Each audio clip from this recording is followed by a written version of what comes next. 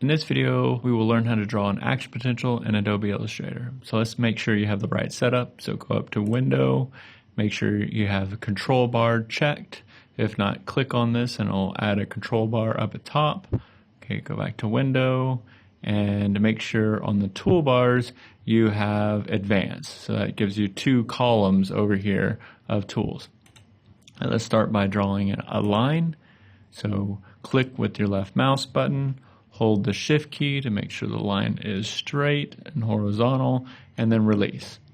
Okay, the next thing you will click on this pen tool. So click on that, and I want you to click on this line. So whenever you approach this line, you should see path labeled here, and I want you to click once. That's going to add an anchor point there. Then click again, make sure it says that path. So click again, and then click one more time. So, and make this third point equal distant. They're pretty close together. So this third one's going to be really close to the other three here, or the other two here. Okay, so now go back to the direct selection tool. Click on that middle point right here. Hold the Shift key and then press the up arrow. So that's the spike portion of the action potential.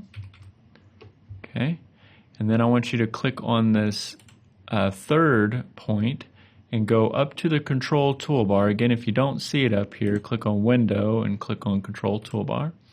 And then I want you to click on this curve line. So now it's a smooth anchor point. Now it kind of does something crazy here, but that's okay. We're going to fix it. So I want you to click on and hold on this handle. See how it shows handle up there? So click and hold, and then start to rotate it. Don't really change the length of that handle, but just rotate it. Click and hold the Shift key, and see it'll make it straight. So you want it perfectly vertical. And then release on the mouse button, and then release on the Shift button. Now go over here on the last anchor point all the way in the end, and then click again on that curved tool.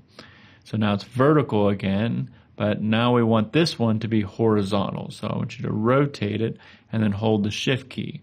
Okay, and then release. That's fine right there. Already starting to look like an action potential. Almost done. Click on this anchor and just click over just a little bit, because you want this point to be almost right above this other anchor point. So these are almost vertical to each other. Okay, you're just moving that over just a little bit. Okay, now click this anchor point over here on the left side of the action potential, and you should see this little circle right there. Click, and I'm going to drag it, and it's going to add just a little bit of a curve. And then there you go. And that is how you draw an action potential in Adobe Illustrator.